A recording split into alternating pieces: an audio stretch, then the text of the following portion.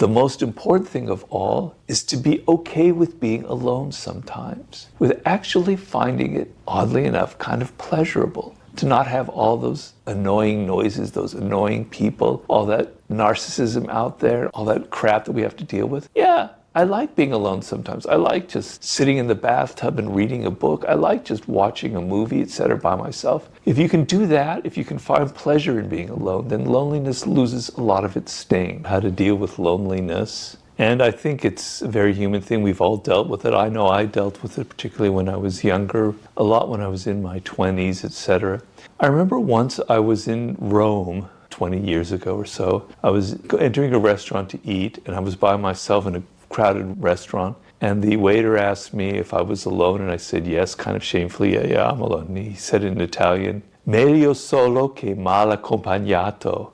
And that expression has stuck with me for many, many years. It was better to be alone than to be accompanied with someone bad or to have bad company. So the idea is that you have to kind of sometimes like to be with yourself. And sometimes being with other people can be a drag, can be painful. There can be people that can inflict a lot of pain on you. And so sometimes the grass is always greener. And I would often think about, not to say that it doesn't hurt to be alone, because we're a social animal, but maybe it's better that I don't have to be around all of these annoying people. And I can fill my time with other things. So reading books, watching movies, etc., I'm not alone because I'm with other people. I'm with other spirits. Of course, I'm not saying this is the perfect answer, but you have to be able to like to be alone is a very important skill in life because you're inevitably going to be facing such moments. And so you have to be able to like your own thoughts, to be interested in your own ideas,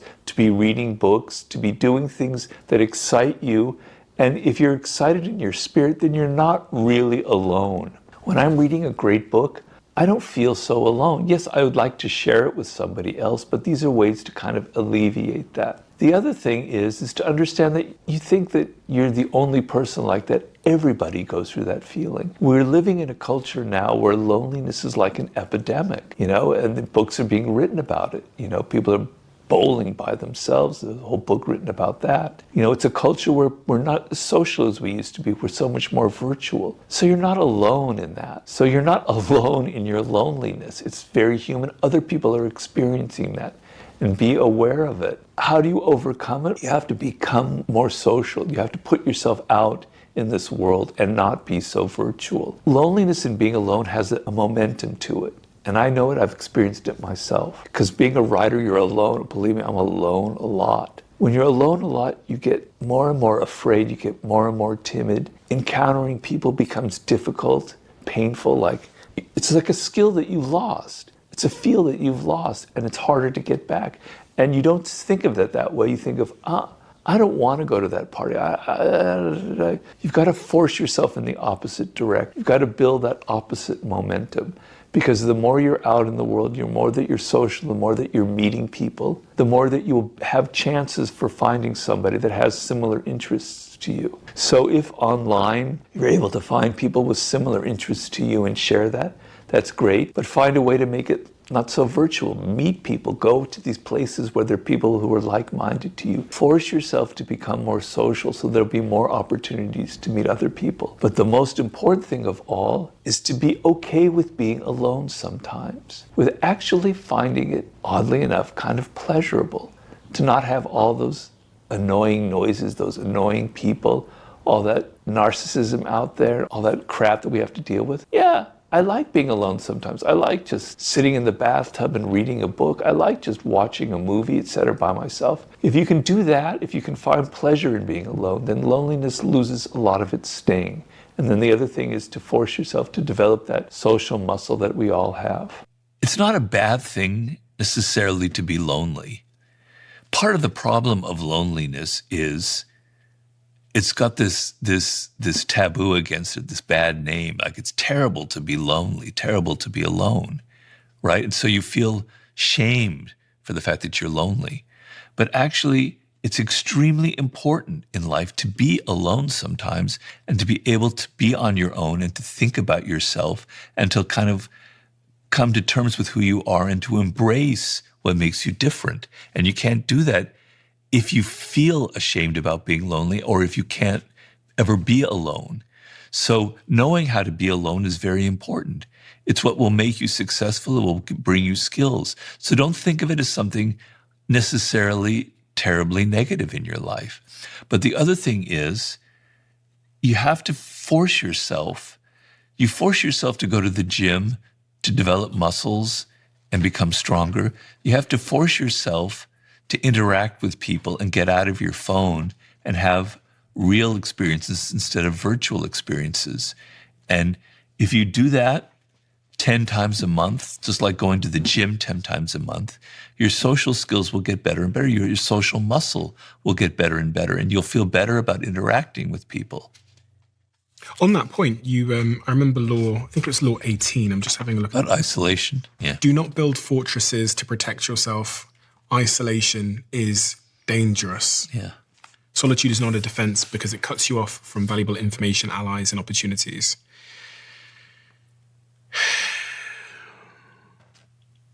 There's a difference, isn't there, between being lonely and being alone? Because being alone is one thing, but the state of loneliness feels like it's a slightly different proposition. Well, it's the difference between you feel very unhappy that you're not connecting to other people. We're a social animal, right? Mm-hmm.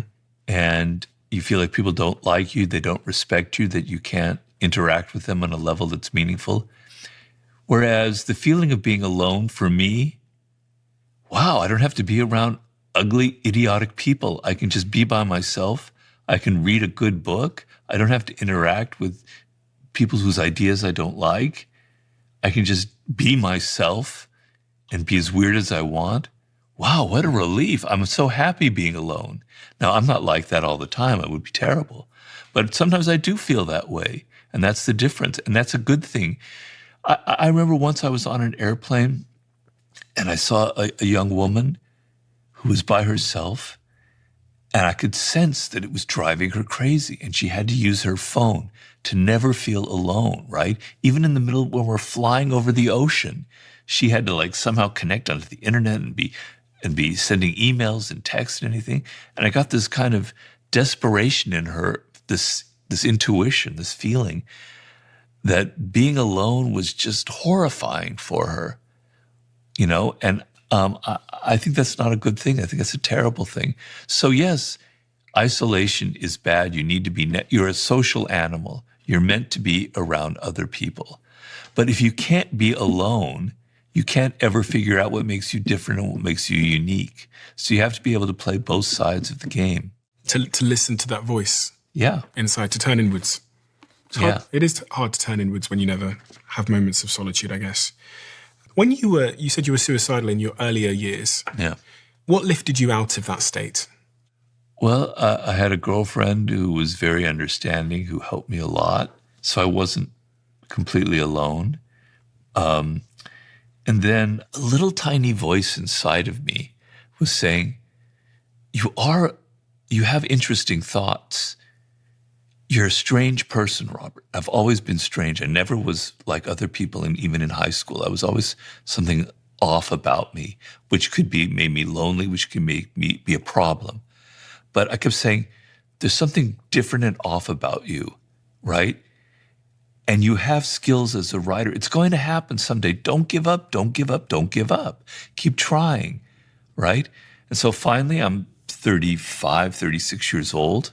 I was in Italy at the lowest point of my life.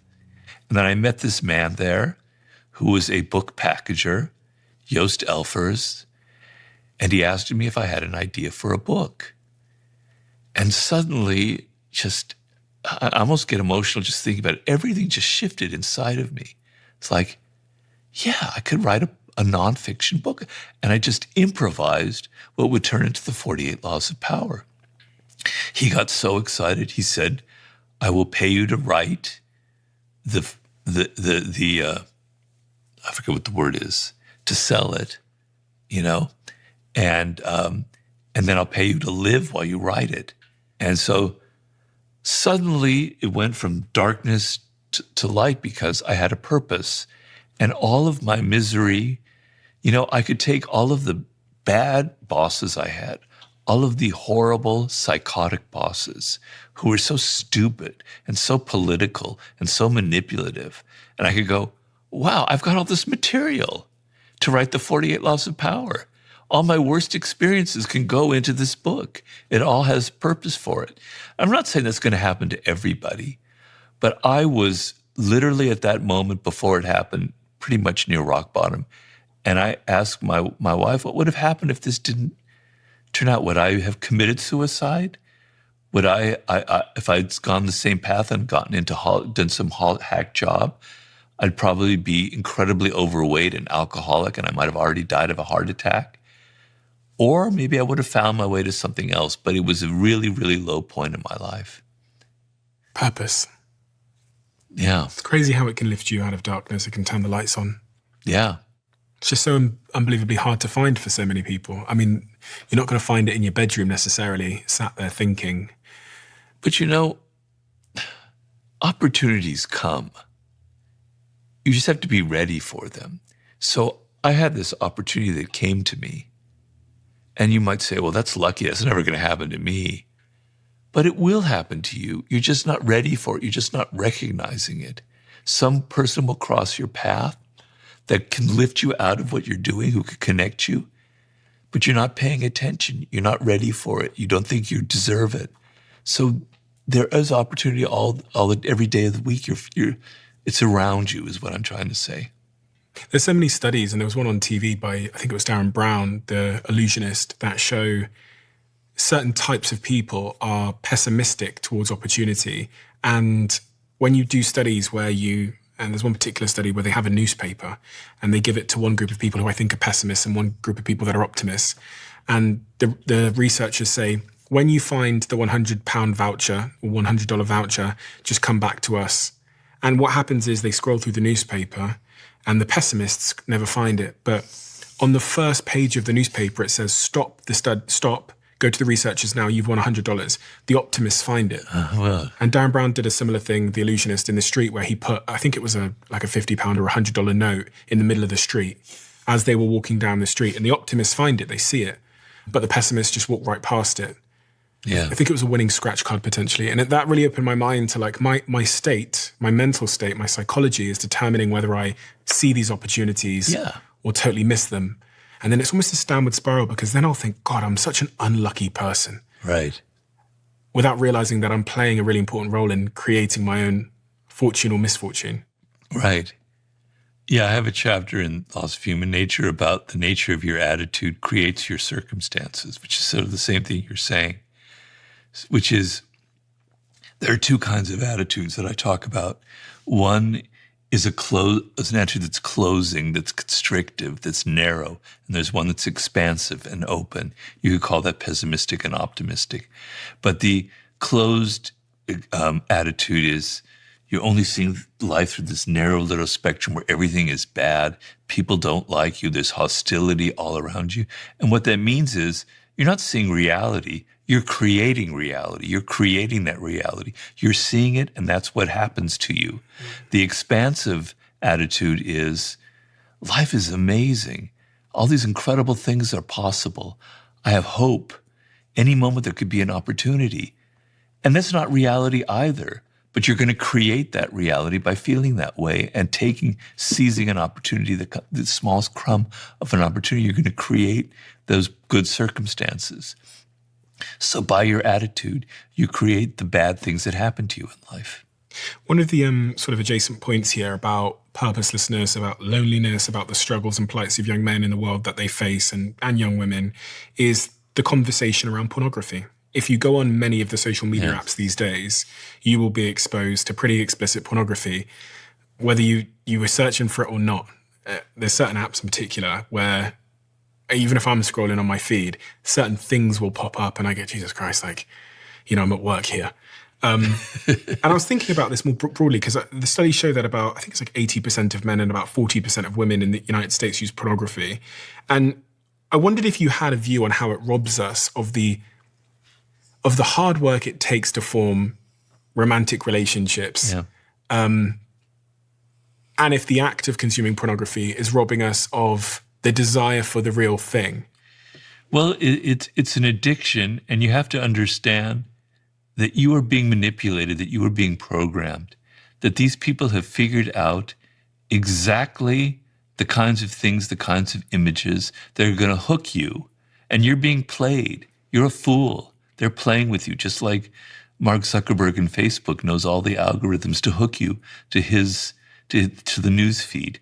You're being played by the images they know how to create and keep you always wanting more. Just like fast food has all these tricks to constantly be eating their Doritos or whatever it is.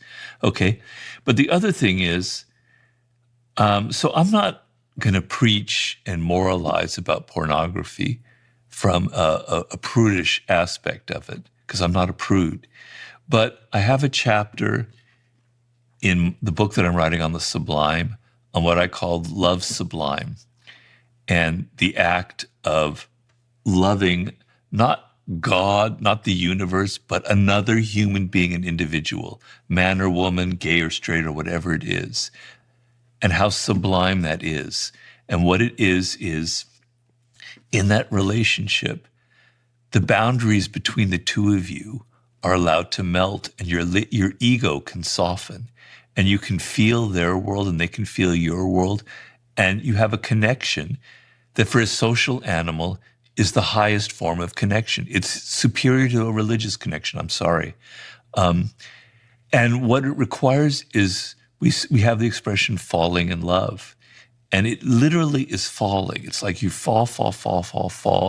You're open and you're vulnerable and you're letting yourself fall. And when you're not, what stops you from doing that is you don't want to be hurt. You don't want to be vulnerable, right? Because if you open yourself to someone else, you're likely to get hurt. And so the moment there's a disagreement between you, or there's a moment where a friend says something nasty about this person you're interested in, you stop falling, you cut it off, and that romantic thing ends and dies.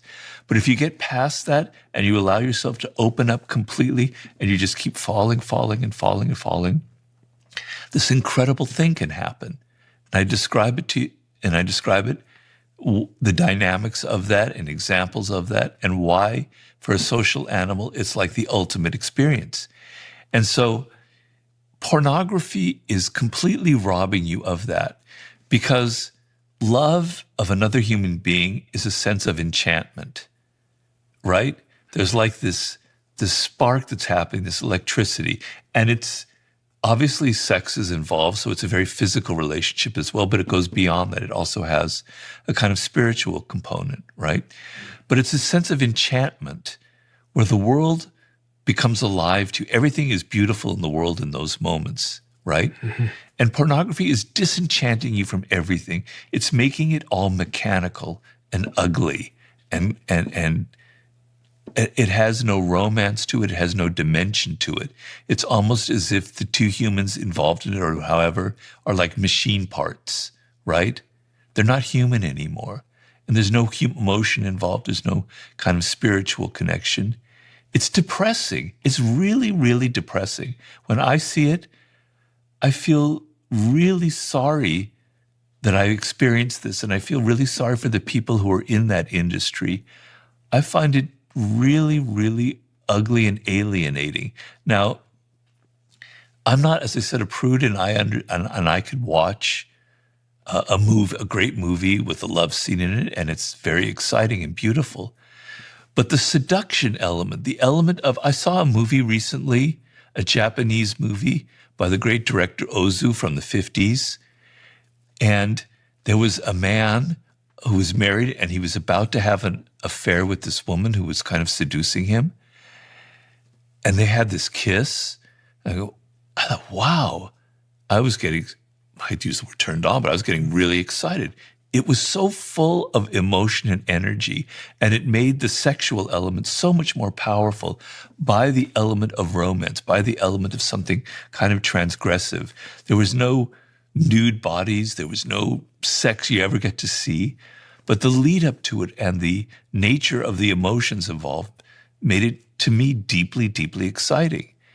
And if young men particular can't have that experience, if everything is so mechanical, is so computerized, it's going to be like AI. It's going to be like AI sex, Then you're losing your soul. You're losing your capacity for really falling in love, for really having that kind of dimensional experience, which, by the way, can be extremely physical, and it can only last for 3 months. I'm not saying it has to be 20 years with one woman or one man.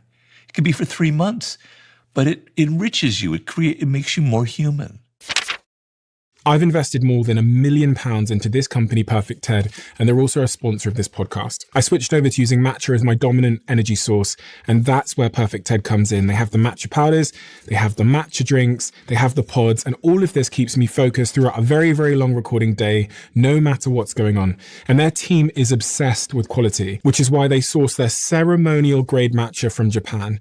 So when people say to me that they don't like the taste of matcha, I'm guessing that they haven't tried Perfect TED. Unlike low-quality matcha that has a bitter, grassy taste, Perfect TED is smooth and naturally sweet. And without knowing it, you're probably a Perfect TED customer already if you're getting your matcha at places like Blank Street or Joe in the Juice. But now, you can make it yourself at home. So give it a try and we'll see if you still don't like matcha. So here's what I'm going to do. I'm going to give you 40% off our matcha if you try it today. Head to perfectted.com and use code Steven40. Or if you're in a supermarket, you can get it at Tesco's or Holland & Barrett, or in the Netherlands at Albert Heijn. And those of you in the US, you can get it on Amazon. The other thing that a couple of psychologists on my podcast before have alluded to on this subject is that they told me about a study with rats where they messed with the part of the rat's brain that is responsible for causing dopamine. Yeah. And then when they put food in front of the rat's mouth, if the rat was like 6 inches from the rat's mouth, the rat would starve to death because they had impacted the rat's dopamine. So it no longer had motivation. And they speak of dopamine as this sort of motivation chemical. Yeah. It's the thing that gets you to take action. So if you're frying your dopamine receptors by doing these sort of high dopamine activities. Oh, right. I'm wondering if we're sort of breeding a culture of lower motivation individuals. And because of this thesis, I was kind of looking at some studies around this, and it does say that constant exposure to high dopamine activities can lead to dopamine desensitization or deregulation of dopamine receptors. And then this can lead to a significant reduction in your motivation. And there's multiple studies here that point in this direction. So I'm wondering how, when I look at some of the stats around purposeless and people having less partners and being more sexless, if there's a through line here that when you make dopamine easy through pornography, we're less likely to go in, get up out of our bedroom and take an action. Yeah, but it's not just pornography. There's too much of that in social media as well on other levels. So, you have to you have to understand what it means to be a human being, first of all. And we're physical animals. We can't be in our heads all the time. We think with our bodies, right? We think with the chemicals mixing in our bodies. We're very physical and we're social animals to the core.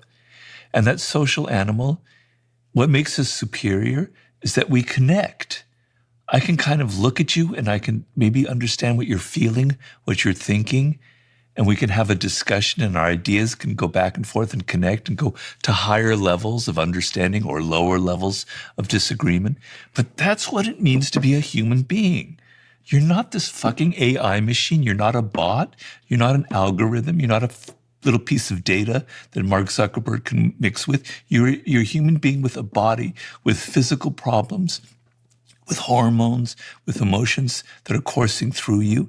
And you have to become a physical creature, which means doing things in the world, taking action, working, building a business, doing things with your hands, exercise, meeting people. Be inside of your bodies. And when you're in pornography, you're disembodied. You're not in your body. You might be wanking off, as far as I know, probably are, but you're not really inside of your body in any meaningful way. And so it's like my hope, if there's any hope, is that, and there's seeds of it in the world now, where young people are going to start getting disgusted with this because the human spirit is still very powerful. And it's still like, I don't want to be like this. It doesn't feel natural. It doesn't feel right. And at some point, my hope is in 20, 30 years, after I'm probably dead, there'll be a movement where people are going to be so against this that they're going to go in the opposite direction. They're going to be returning to what it means to be a human being. There'll be a rekindling of interest in our past, in the primitive past, in the pagan past, things I'm writing about in my book right now.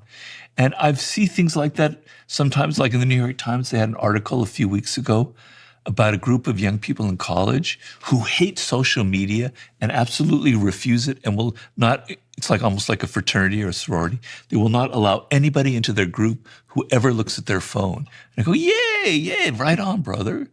I could have, if I'm in college right now, I would join that. Not that I think everything is evil. I have my own phone, etc.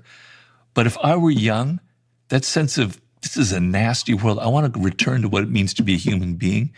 I want to spark a movement, a revolution that goes back to that. I hope that that's going to happen. I hope that's in the cards. What is it about human nature that we just don't want to admit? Well, first of all, we don't want to admit where we came from, our primitive roots, that we are animals, that before we invented language, we were living like any other animal in the outdoors, right?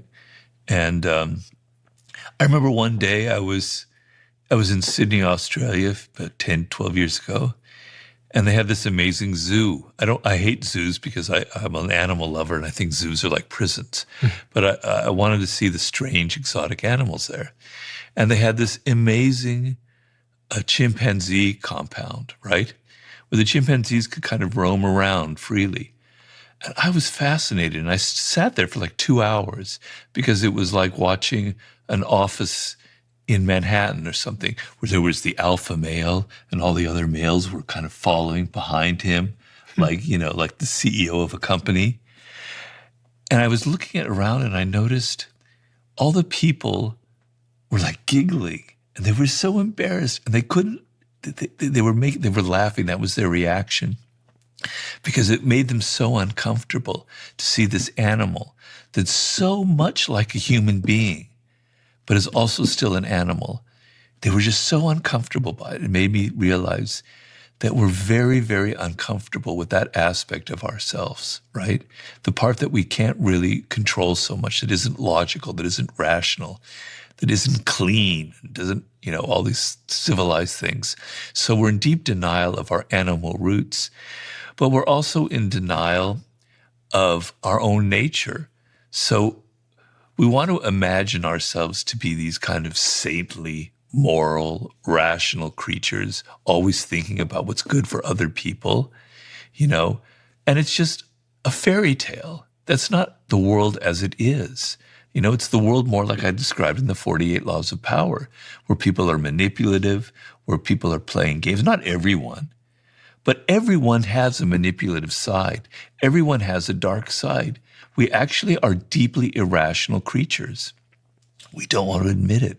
We don't want to admit the parts of ourself that reflect this kind of animal nature, our irrationality, our aggression, the envy that we feel towards other people.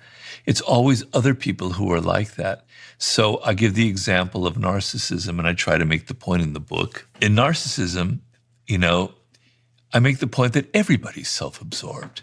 When you're reading a book and you see your birthday happens to be there, it's just a fact, you're like, whoa, that's my birthday, because it's you, your astrological sign, that's me.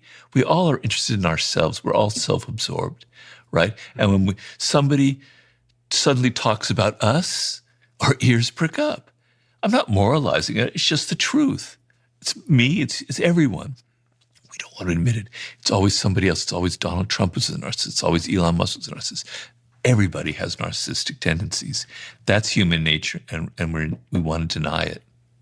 And should we be aspiring to not be narcissists? Or does one just accept their narcissistic tendencies and lean into it? Because much of what I read in the book about power is how narcissism seems to get you ahead to some degree. That's debatable. But I mean, look at some of the people that, we've been talking about that have reached the very top of the professional pyramid in life, the presidents and such, they've got narcissistic traits, and it seems Sure. And some of them are kind of what I call deep narcissists who are very problematic, and some of them are healthy narcissists. So a lot of artists are what I would call a healthy narcissist. So a lot of artists aren't necessarily the best people, right? They're not often, you wouldn't maybe want to be their friend. They're maybe not the most faithful person as far as a partner is concerned. But they put all of that narcissistic energy into their work, and they create beautiful things that contribute to humanity. Steve Jobs was not a very nice person, right?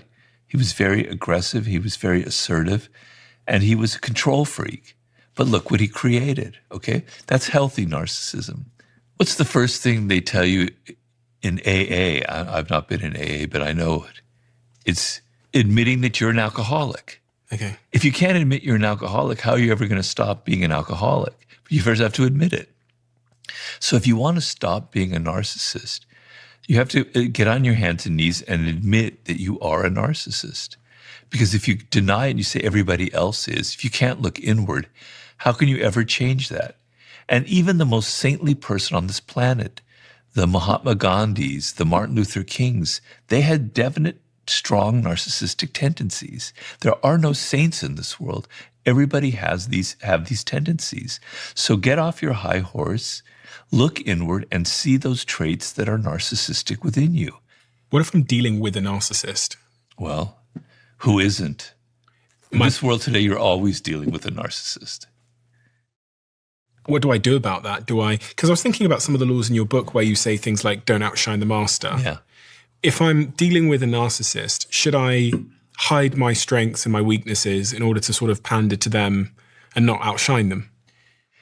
Yes, but as part of law number one is, this is the great thing about being a human being. You can do two things at once.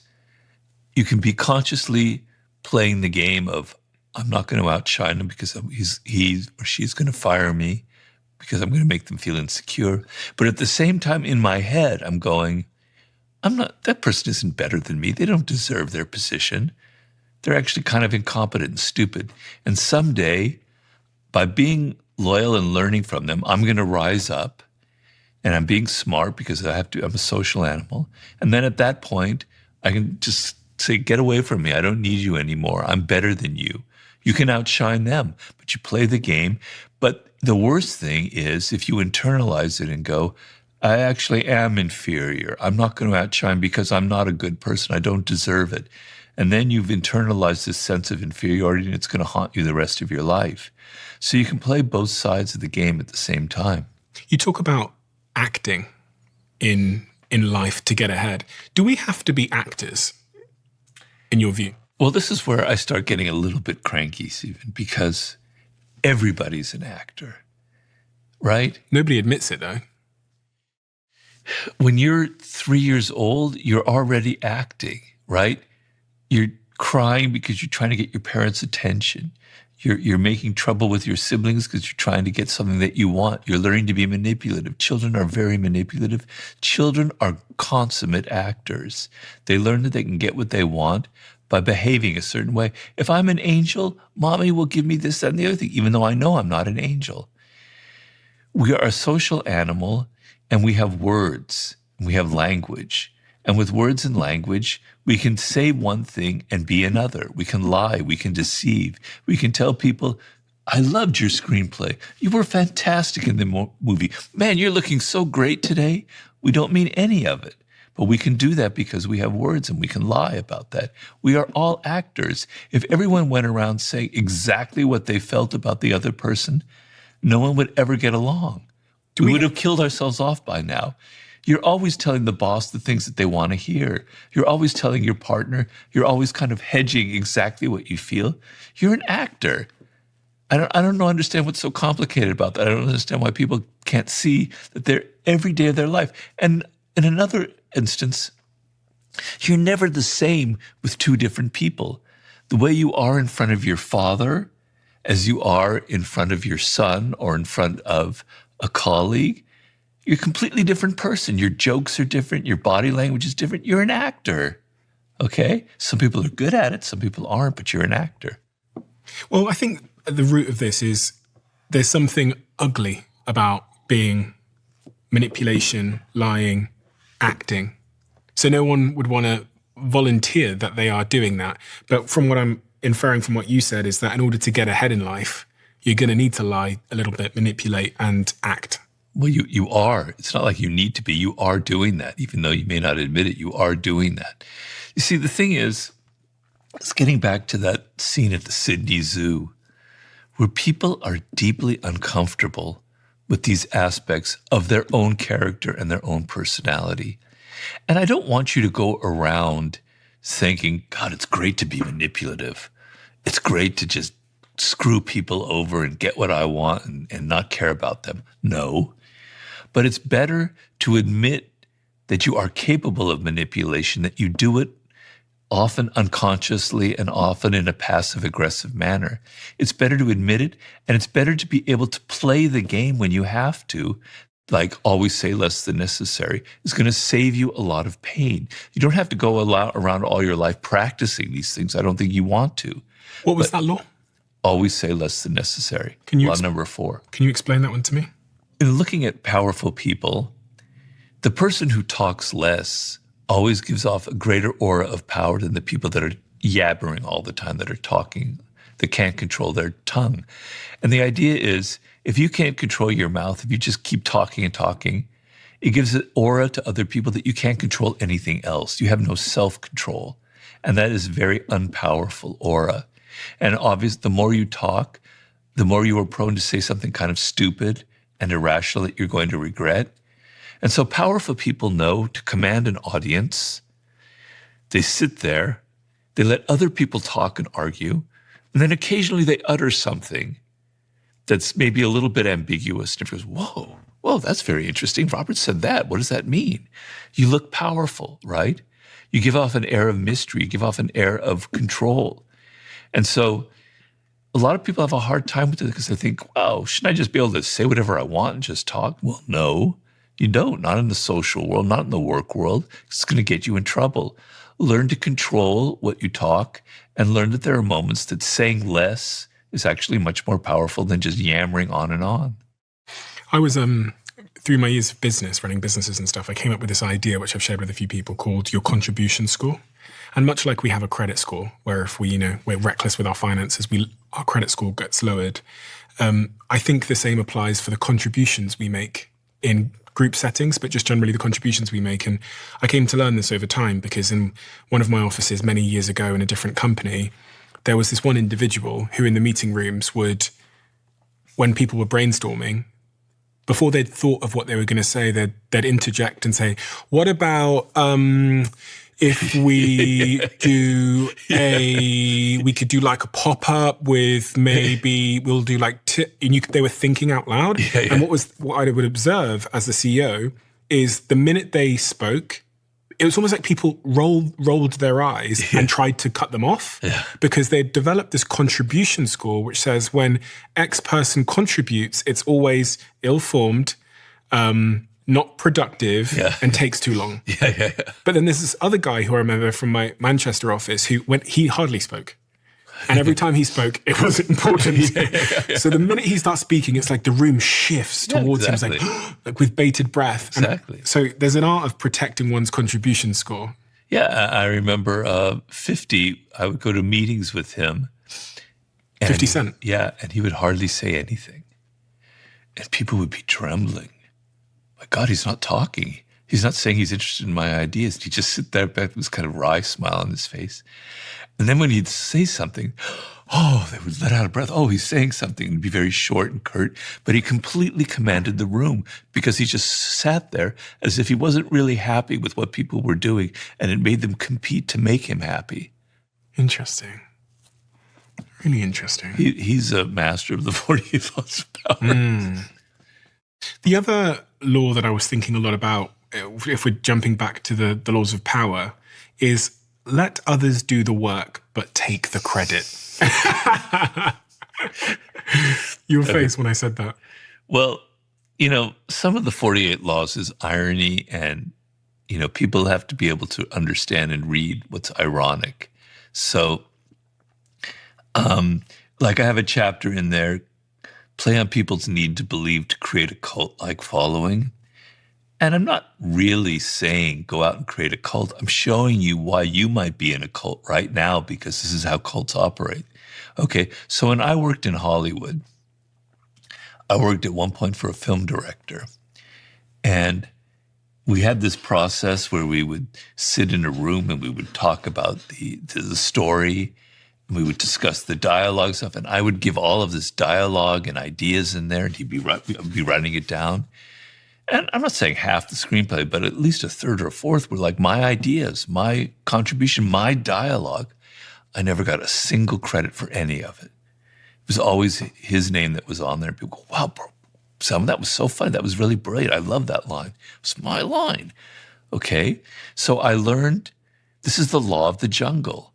When you're working, particularly in entertainment and media, people take your work and they put their name on it. So like when you're watching a television show with some news broadcast or whatever, or an interviewer, their jokes aren't their own. They didn't write those jokes. They have a team of people writing it.